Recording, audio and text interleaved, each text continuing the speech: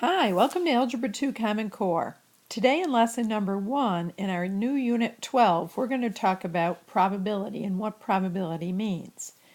So mathematics seeks to quantify and model just about everything. We've seen quite a bit of that throughout this whole year. One of the greatest challenges is to try to quantify chance, but that's exactly what probability seeks to do. So with probability, we attempt to assign a number to how likely an event is to occur. Terminology and probability is important, so let's take a look first of all at some of the important terms.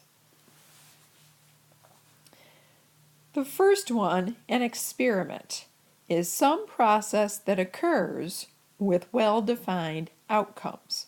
So we'll be talking in the next example about what the experiment is. An outcome is a result from a single trial of the experiment. An event is a collection of one or more of the outcomes, and a sample space is a collection of all of the outcomes of an experiment. So let's take a look at example number 1.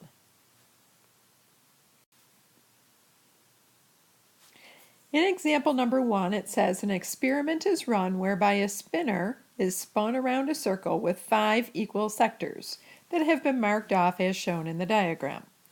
So what is the experiment? Well, remember that the experiment just means what is the process that we are doing here. So for this one, the process is that we are spinning the spinner. So I'm going to say the experiment is spinning the spinner.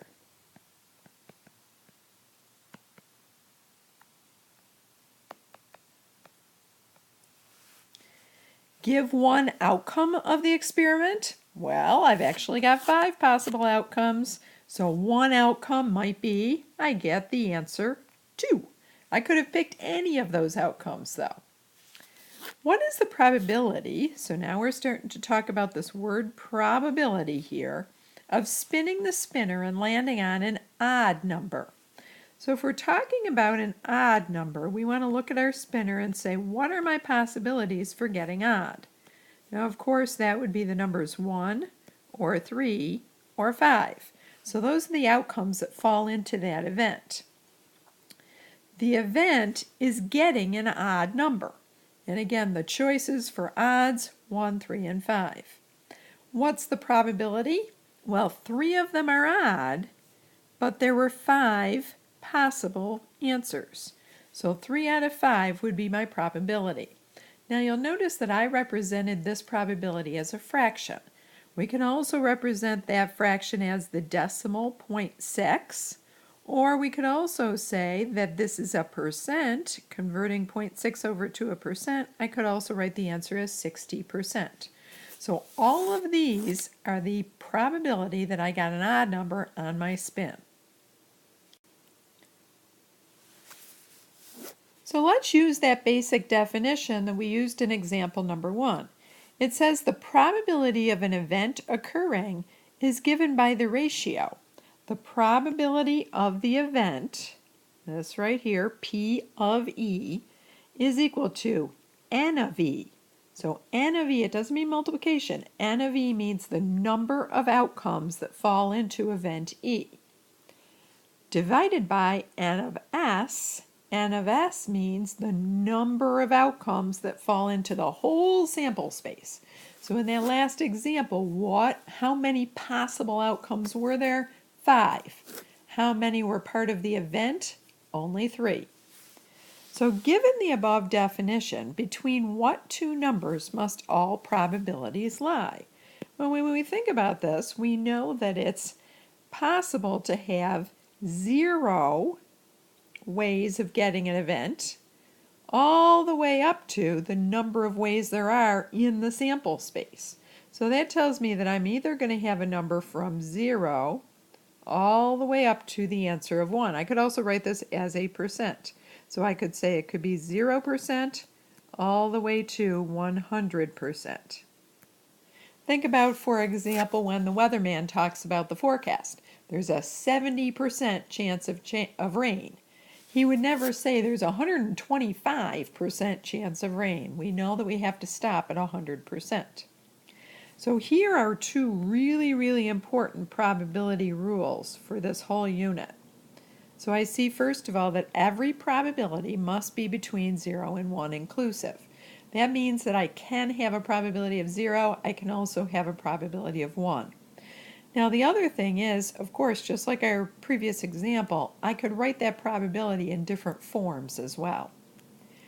When I look at all possible outcomes of a trial, if I add up all of their probabilities, the total of those probabilities must be equal to 1. So it's sometimes helpful to take a look at kind of a scale or a probability number line. So how likely is something to occur? If something is impossible, it cannot occur at all, then I am going to say that the probability is 0. So that's what we call impossible. If I am absolutely certain that something is going to occur, then that probability is 100%. Again, think about the weatherman. If we know for sure that we are going to have a snowstorm, he could say 100% chance of snow tonight. So 100% would be equivalent to a probability also represented as 1. Now, an even chance, think about something that would have an even chance. If I take a coin and I flip it, as long as it's a fair coin, I would have just as likely of a chance of getting a tail as I do of getting a head. So that tells me that an even chance would be half and half. So I'm going to say a 0.5 would be even chance. So again, our weatherman, if he says there's a 50% chance of rain, that means I've got about a half of a chance that we're going to have rain and half a chance that we're not going to have rain. Now in between, if something is likely to occur, then it's going to be between the values of 0.5 and 1. If instead it's unlikely to occur, then it's going to have the values for probability between 0 and 0.5. So our scale goes all the way up to the 1, all the way down to the 0. In example number 3, it says the probability that the driver of a car wears a seatbelt is 82%. What's the probability that the driver is not wearing a seatbelt? So again, think about that idea that the total of the probabilities has to be 1 or 100%.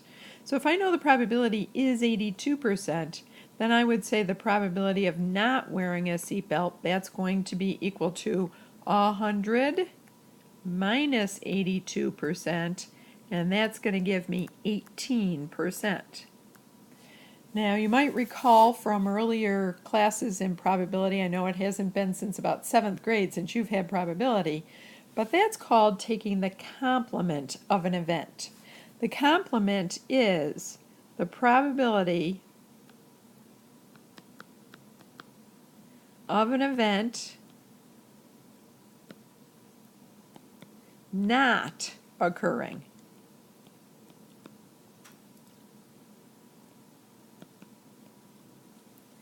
And we actually have some symbols that we can use for a complement. If A represents wear a seatbelt, then the complement is usually written as A prime. So A with like an apostrophe after it, that's the complement. That means not wearing a seatbelt.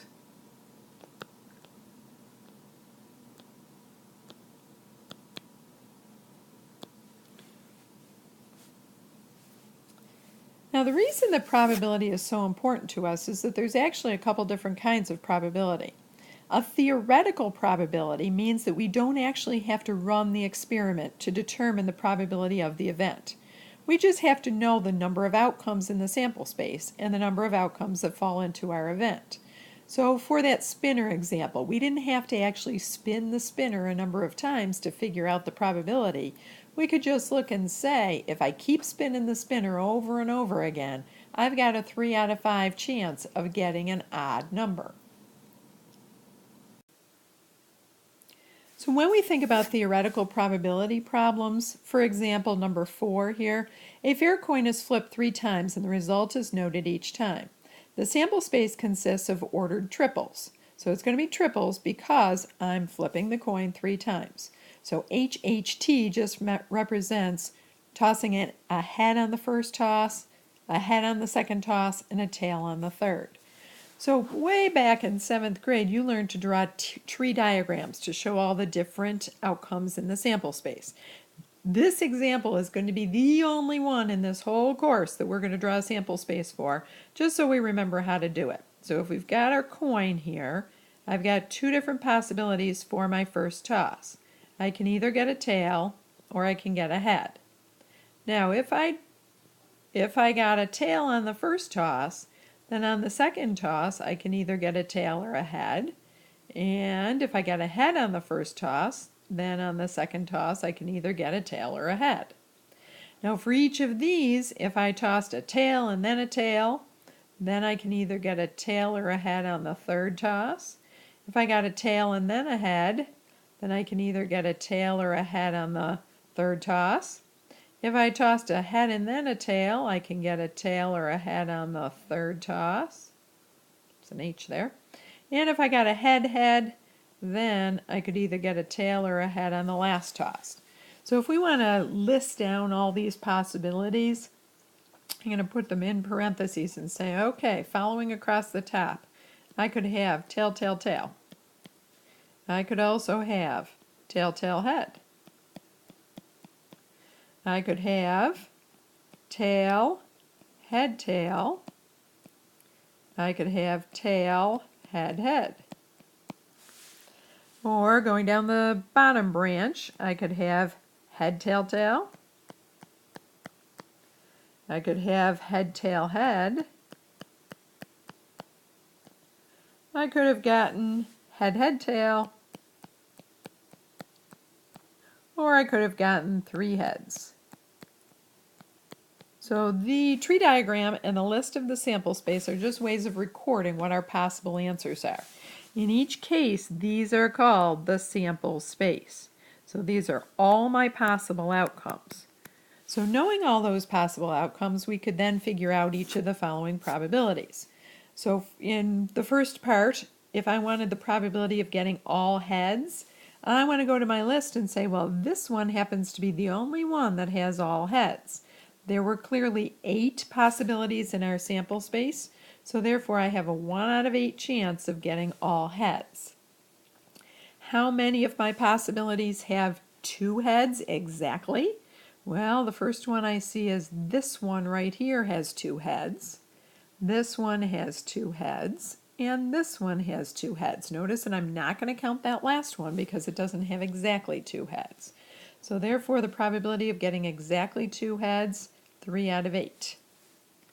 The probability of getting either all heads or all tails means that I'm counting this one, there's all tails, and I'm counting this one, that's all heads. So I have 2 ways of getting that event out of my whole sample space of 8. Now let's take a look at the second kind of probability. Sometimes, this is called an empirical probability. Sometimes we have to quantify chance by using observations that have been made in the real world. So we are going to be talking in our statistics chapter about ways of doing surveys and things like that to gather data. In this unit, we just want to sometimes gather the information, and when we've gathered the information, we'll record it in a table or by some other means. So looking at example number 5, it says a survey was done by a marketing company to determine which of 3 sodas was preferred by people in a blind taste test. The results are shown below. So it says find the empirical probability that a person selected at random from this group would prefer soda B. So we want a probability based on the results of the data that's given to us in this table. So we want the probability of picking a person who has chosen B. Well, when I look at my list, according to this survey, there were 24 people who chose B out of a total of 53 people altogether. So we have not quite a half a chance of getting a person, if we just randomly choose a person in the group, who did choose soda B. Notice that I didn't do an event like spinning a spinner or rolling a die. This one was based on the results of the data given to me in the table. For part B, find the empirical probability. So again, I'm basing it on the results of the survey, that a person selected at random from this group would not prefer soda A. So if I want to not prefer soda A, that means that I'm taking the complement of preferring A. So I'm going to start first of all with, what's the probability of picking a person that has picked A? Well, picking a person that has picked A, there are 18 of them out of a total of 53 people altogether. I want not prefer soda A. So I'm going to say the probability of the complement of A, that's going to be equal to 1 minus the probability of A. So I'm going to say 1 minus 18 over 53. And when I do that subtraction, I'm getting 35 over 53. Now, of course, another way to look at this would be to say, if they don't want A, then they have to want either B or C. And how many of the people wanted B or C? 35 of them out of 53. So that's another way to approach this problem. So my answer for part B was 35 over 53. Now on the next page I have some practice problems for us to work out together, and then I'm going to have you work on some on your own. So the first one says, what is the probability that when we toss a coin we get a head? Now I think that's pretty self-explanatory. We know that the probability of getting a head, as long as my coin is fair, is going to be 1/2, or I could call that 0.5 or 50%. For number 2, find the probability of rolling a fair 6-sided die and getting a prime number. So for a prime number, remember a prime number is a number that cannot be divided by anything other than 1 in itself. We don't count 1 as a prime number though. So we're going to say 2 is a prime number. I might even list these. 2 is prime, 3 is prime, 5 is prime. 4 is not prime because it can be divided by 2. 6 is not prime because it can be divided by 2. And 1 is not prime. 1 is neither prime nor composite. So we're going to say that there are 3 numbers on my die out of 6 that will give us a prime probability. So I'm going to say the probability of prime is equal to 3 out of 6. Now, of course, that's the same as 1/2, which could be written as 0.5. Now in example number 3, I've got a marble. The marble is randomly selected from a bag containing 5 green, 3 red, and 7 blue marbles. We want to determine the probability that the marble is red. So what's that probability going to be? There are 3 red marbles in the bag, and altogether there are 15 marbles in the bag. So 3 out of 15 tells me that I've got a 1 out of 5 chance of picking a red marble. Now what I'd like you to do is take a few minutes, so pause the video and do part B, part C, and part D, and then come back and check your answers with mine.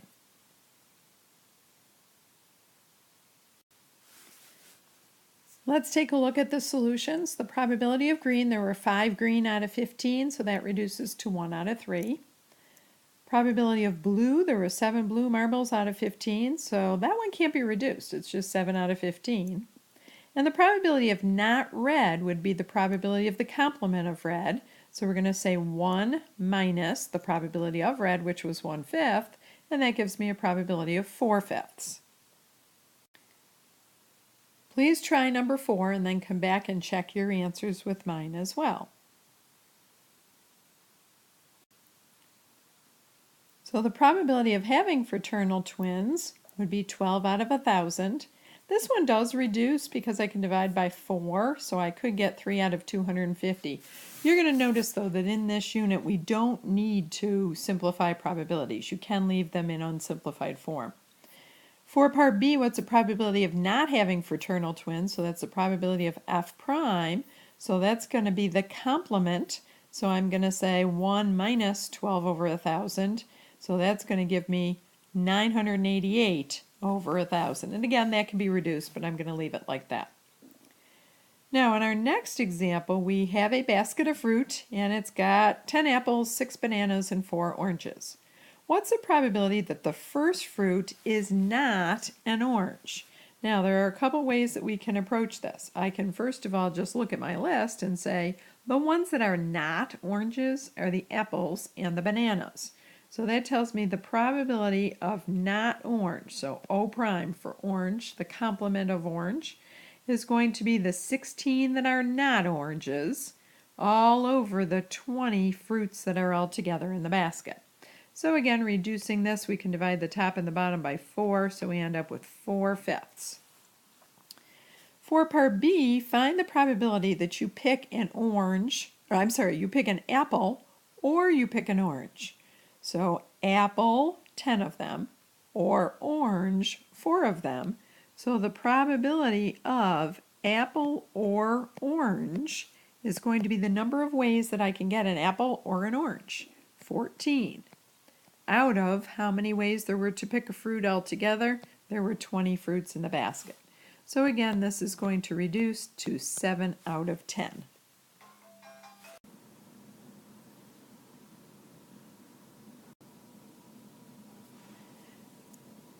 Let's do example number 6 together. A single card is drawn at random from a standard deck of 52 cards. So I'm talking about a deck of 52 cards that has 4 suits. So we've got hearts, diamonds, spades, and clubs. What is the probability of drawing a red card? Well, remember, out of the 52 cards, half of them are red and half of them are black. So the probability of drawing a red card would be equal to 26 out of 52, which of course just gives me 1/2. What's the probability of drawing a number less than 5? So I don't want to include the number 5 because that's not less than 5. So if it's a number card, it has to be a 2, a 3, or a 4. So there are 3 possible numbers, but each of those numbers appear in all 4 suits. So 3 times 4 tells me that a number less than 5 would have to occur 12 times out of the 52 cards. And again, that can be reduced if you want to divide by 4. That gives us 3 out of 13, which also makes sense because there's 3 out of every suit. A face card means a king, a queen, or a jack. And there's a king, a queen, and a jack in all 4 suits. So the probability of a face card is again going to be 12 out of 52, and that would also reduce to 3 out of 13, so there's 3 face cards in every suit. Not a face card would be the probability of F prime, so that's going to be the complement. So instead of 3 out of 13, it would have to be 10 out of 13. Now, I want you to try number 7 and come back and check your answers with mine. Okay, let's take a look at these last 6. The probability of an even number, 2, 4, and 6 are even, so there are 3 of them out of 6, or reduces to 1/2. Probability of a number greater than 4, a 5 or a 6 would be greater than 4, so 2 of them out of 6 reduces to 1/3. Probability of a 7, it's not even possible to get a 7 when I roll a die, so that probability is 0. Probability of an odd number or a number greater than 4, so if I list down all the possibilities, the odd numbers are 1, 3, and 5. Greater than 4 would be 5 or 6, but I've already counted the 5, so there's only 4 numbers that fit that category out of the 6, so that reduces to 2/3. Probability of a 4 or a number less than 2. You know what? I think I wrote that wrong. It should be right here. We're going to say this is a 4 here. So a 4, there's one of those. Number less than 2, only the number 1. So there's 2 out of 6 that would be less than 2 or a 4. A number less than 10, every single answer is less than 10 when I roll a die, so therefore that's a 100% probability. I'm going to write that as a 1. Thanks for working tonight on our probabilities, and we'll continue in class with some more practice problems of calculating probabilities. Have a great night, and we'll see you next time. Bye-bye.